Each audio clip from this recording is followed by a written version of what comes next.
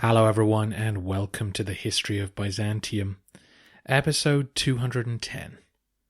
What did Urban say? The Council of Piacenza took place in the first week of March 1095. By holding a church council in the territory of his enemies, Urban hoped to make a statement about his legitimacy and authority. He was already planning a tour through France to reconnect the papacy with his homeland when Byzantine envoys approached him about military recruitment. So the story goes. The presence of Byzantine ambassadors at Piacenza is actually only mentioned by one source. No one else makes reference to it, and that includes Anna Komnene. This has led some scholars to argue that the entire campaign was Urban's invention. Hopefully we've shown over the last few episodes that it wasn't. The idea had been in papal circles for some time, and the Byzantines were definitely involved, at least indirectly, in shaping the idea. So whether or not a call for help at Piacenza was the specific spark is somewhat irrelevant. If we stick to the facts as we understand them, then we see that 5 months after the Council of Piacenza, Urban would begin preparations for the crusade. He would then spend a year in France touring around trying to recruit men for the campaign. He gave specific instructions about who should sign up and when they should depart, and when they arrived in Byzantium, the imperial authorities were expecting them.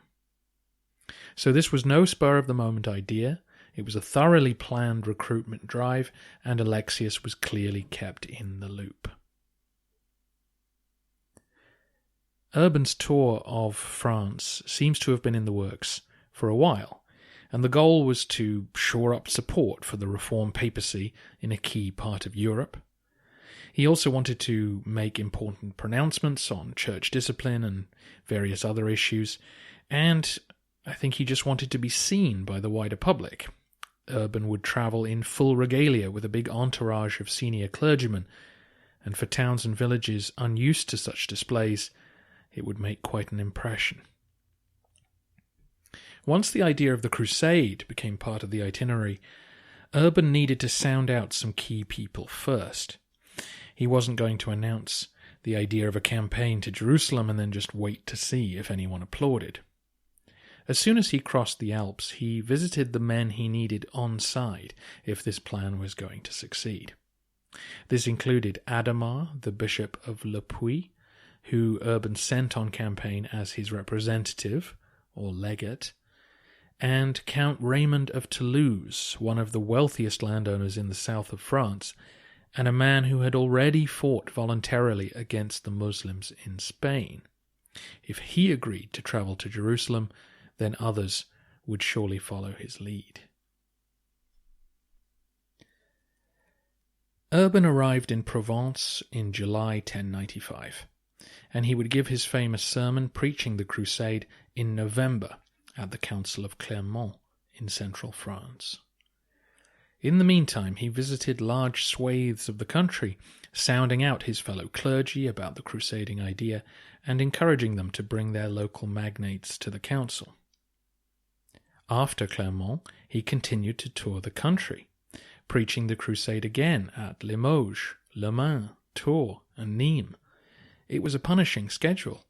The papal entourage made sure that the pontiff was in key towns for Christmas and Easter, as well as arriving in time to dedicate new churches or preside over special services wherever he went to ensure he was seen by as many people as possible.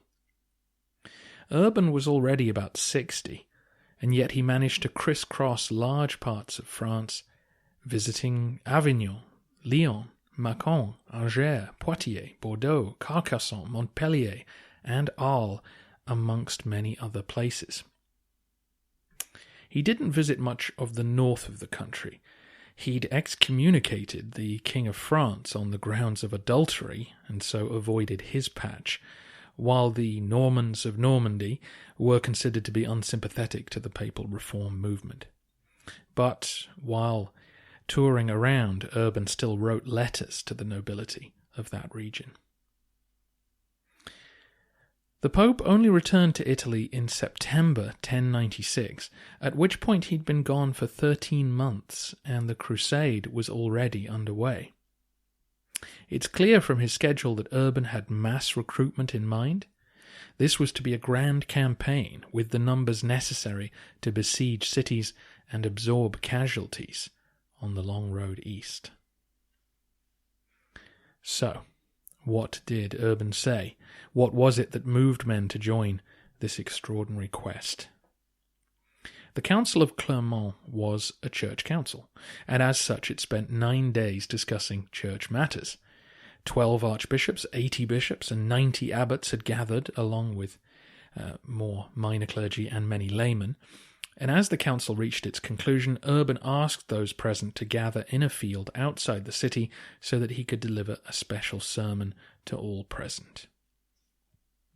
We have 6 accounts of what he said, 3 of which claim to be from eyewitnesses, but crucially none of these was written until after Jerusalem had been captured, which, as we talked about before, casts some doubt on their recollections.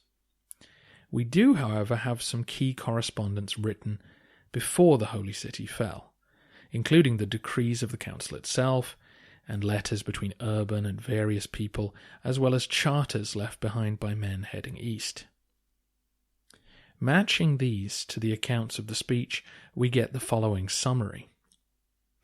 Urban asked men to take up arms to protect the eastern churches, i.e., those in Byzantium, which were under imminent threat from the Turks. Then to march on to Jerusalem to liberate the holy places from the Muslims there, who were tormenting and preying on both the local Christians and pilgrims. Anyone who undertook this mission in good faith could substitute their journey to Jerusalem for any penance owed, as in they would gain a remission for existing sins. Finally, those taking part must come forward and swear an oath, promising to undertake the journey, and wear a small cross on their clothing to distinguish them as part of the militia of God. As you probably know, this pitch for the crusade, though it was not called that at the time, was very successful. Not only did Urban attract the type of knights he was looking for, but thousands of less desirable volunteers as well. What we're going to do for the rest of this episode is talk about why Urban presented the plan the way he did, and why it appealed so much to the French nobility. In future episodes, we'll talk about those who took him up on the offer and their motivations.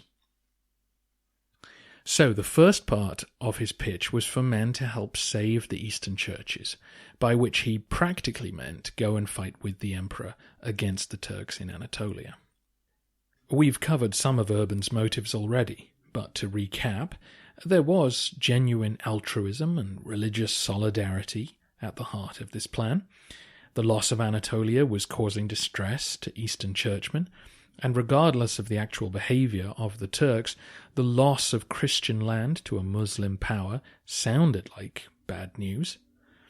Urban would gain personal prestige by aiding Constantinople, though we shouldn't separate that from his concern for the reforming party or the office of pontiff itself, both of which would benefit from a successful campaign to aid their Eastern brothers. And certainly some reformers may also have felt that Byzantine clergy would need to pipe down about the filioque and other liturgical disputes if Latin knights bailed them out. Finally, of course, it was militarily necessary for the crusade to pass through Byzantium to get to Jerusalem. Sailing directly was far too risky and expensive. This way, Alexius would have to bear the burden of feeding and equipping the crusade for most of their trek. And it was assumed that the Byzantines would be sending their own armed forces alongside the Crusaders for much of the journey. The second note of the sermon was to present Jerusalem as the final destination. This had been obvious to everyone pitching an Eastern campaign for decades, Pilgrimage to the Holy Land was a fixture in the life of Western nobles, and they were far more likely to fight, knowing that the Holy Sepulchre was their final destination, rather than the Hagia Sophia. But Urban had to create a sense of urgency, otherwise, why now? Hence the demonizing of Muslims for all the supposed abuses that were taking place in Palestine.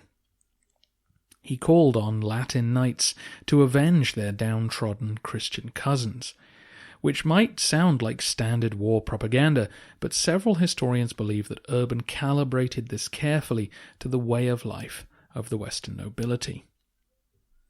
As we've mentioned before, much of the French ruling class were locked into endless conflict with one another.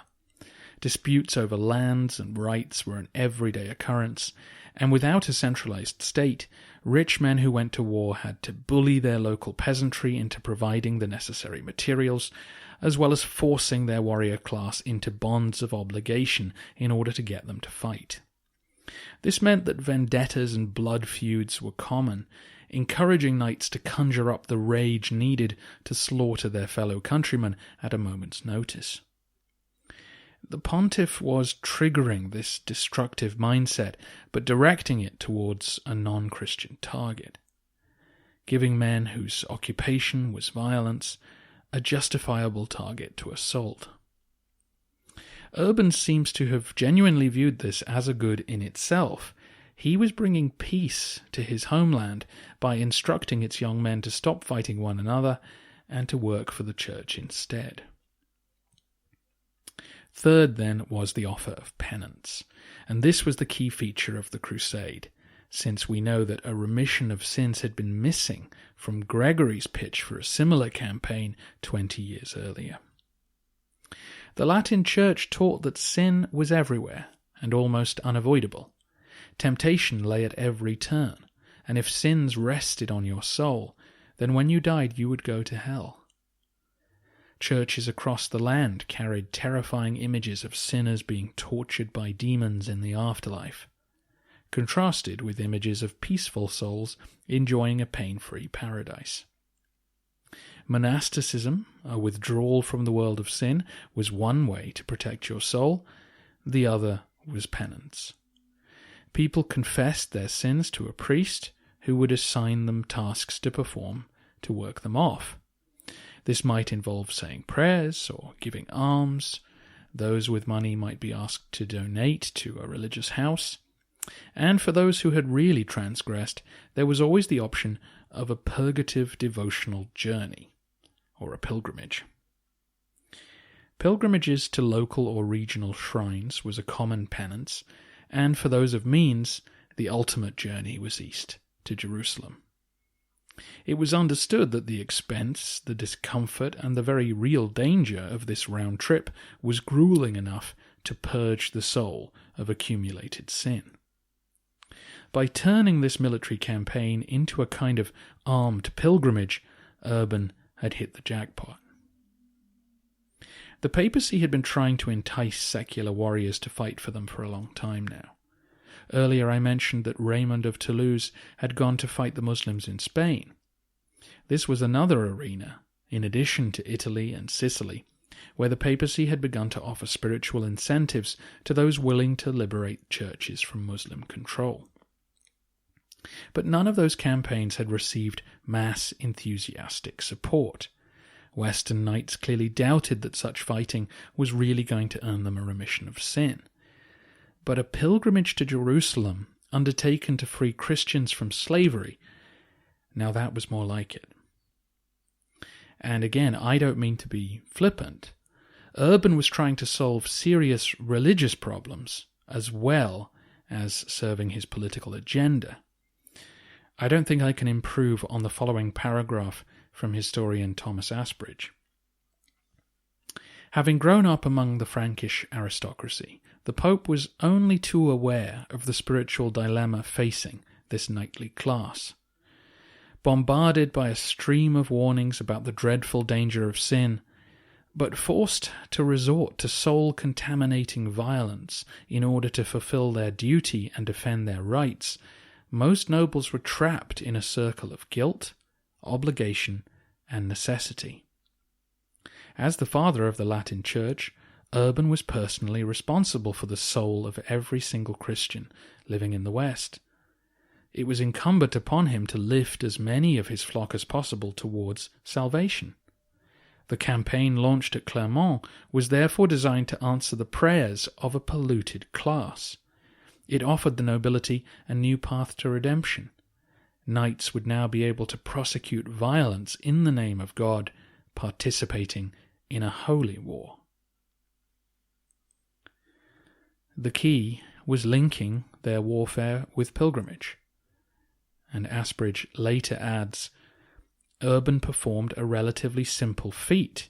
He repackaged the concept of sanctified violence in a devotional format that was more comprehensible and palatable to lay society. Earlier popes may have argued that holy war could purify the soul, but Latin arms-bearers seem to have harboured nagging doubts about the efficacy of this notion. Urban sold the idea in terms that were familiar, convincing, and attractive. As I mentioned in passing a few episodes ago, Urban was clear that those who took part would be able to work off all existing penance by reaching Jerusalem. He did not say that all sins would be cleared, nor that those who died were martyrs, nor that God had called for the crusade. This was a papal directed campaign to work off sins you had already confessed to your local priest, hence the last parts of the speech. That those who wanted to join must swear an oath and wear the sign of the cross. These were the traditional public symbols of a pilgrimage. The oath was designed to prevent a penitent man from abandoning his journey, and the cross to indicate the special status of a pilgrim, which entitled him or her to protection, but also judgment from churchmen along the route. Pilgrims were expected to behave well, and if they didn't, local clergy had authorization to bring them to justice. In this case, it was vital that those volunteering did not back out, and that Adhemar and the other clergy present could maintain some control over their behavior. When Urban finished his speech at Clermont, Adhemar immediately stepped forward to commit himself to the cause. Others did too, but as far as we can tell, there was no swell of excitement that day.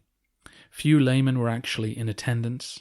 Even Count Robert was absent, and several bishops who made records of the council didn't bother to mention the sermon or Jerusalem at all. But that didn't matter. The next day, agents of Count Robert arrived to announce his intention to take the oath. And as you know, the Pope would continue to tour France for another 6 months, preaching the crusade. News would spread rapidly, and as each new notable signed up, a ripple of interest would spread through his domains, exciting the imagination of Christians of all ages. As Urban continued his travels, he also dashed off letters to the leading men of Europe discussing the crusade, several of which survive. Through them and other documents, we begin to see his concern that the right sort of person sign up. By this he meant several things. He wanted military men, not regular pilgrims, and he didn't want monks to go either. He had to tell several to stay at home and keep fighting the equally vital spiritual battle. He also had to dissuade Spanish knights from taking the oath. As I mentioned earlier, another campaign the popes had encouraged Latin knights to undertake was to help the Christians of Spain in their slow counterattack against Muslim forces across the Iberian Peninsula. But such was the lure of Jerusalem that many Spanish knights were considering leaving their posts. Urban's crusade was designed to be a proper military campaign, not a pell-mell dash to the east. As with all good military endeavours, logistics were therefore high on the agenda. So Urban set a start date for when the Crusaders should begin their march, the 15th of August, 1096. This was the Feast of the Assumption, allowing the pilgrims to be waved off with due religious ceremony, but it was also chosen so that their journey would coincide with the Byzantine harvest. As well, as giving Alexius a good 9 months to prepare for their arrival. So that was what Urban said. The response to his appeal was electric.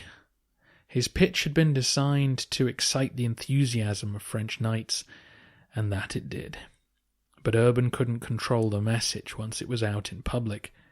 The idea that a great pilgrimage was underway and that those who joined would be cleansed of their sins sounded too good to be true. Men, women, children, rich and poor alike, good people and bad ones, all clamoured to take part. Next time, we'll look at the response to Urban's preaching, begin to identify the key figures involved, and consider the motives of those who eagerly took the cross.